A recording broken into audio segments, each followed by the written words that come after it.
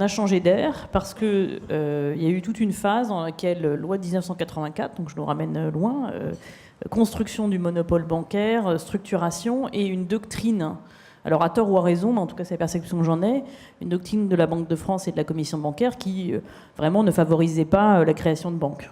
Hein, je pense qu'on peut dire que c'était vraiment une logique de consolidation et le sentiment des acteurs, c'était que essayer d'obtenir une licence bancaire, c'était même pas la peine d'y penser. Il y en avait vraiment suffisamment, et c'était plutôt une logique de les apparier. Peut-être que Jacques Delarosière aura une vision différente à nous donner qu'il a vécu en direct, mais en tout cas, c'est la perception qui s'est faite. Et donc, pendant très longtemps, l'idée, c'était de dire vraiment une licence bancaire n'y pensait pas, donc une vraie barrière à l'entrée, et puis une conception du monopole bancaire très très large. Donc, je pense qu'on est sorti de cette période avec un foisonnement, alors qui est d'abord créé par ce que permet la technologie et les nouveaux usages qui se développent, qui conduisent les acteurs à proposer des briques, des modules, etc.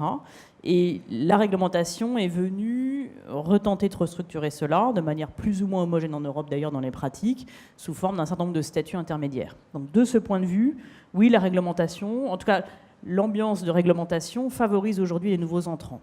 Maintenant, les barrières à l'entrée existent toujours.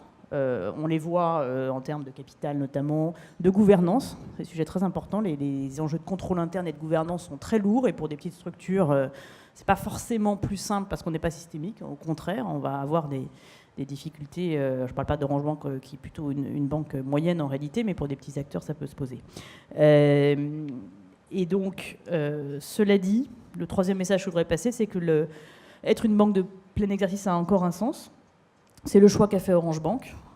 Très clairement, le groupe Orange voulait avoir une vraie banque. Il s'est posé cette question de se dire est-ce que je commence par autre chose pour aller vers une demande de licence bancaire. Il a jugé qu'il fallait avoir cette image d'emblée. C'est un choix. D'autres font des choix différents. On a vu des déclarations du groupe BPCE sur le fait que Fidor, par exemple, ne demanderait pas de licence. On voit des choix progressifs du type la néobanque N26 qui a commencé sans licence bancaire et qui la demande pour pouvoir se développer.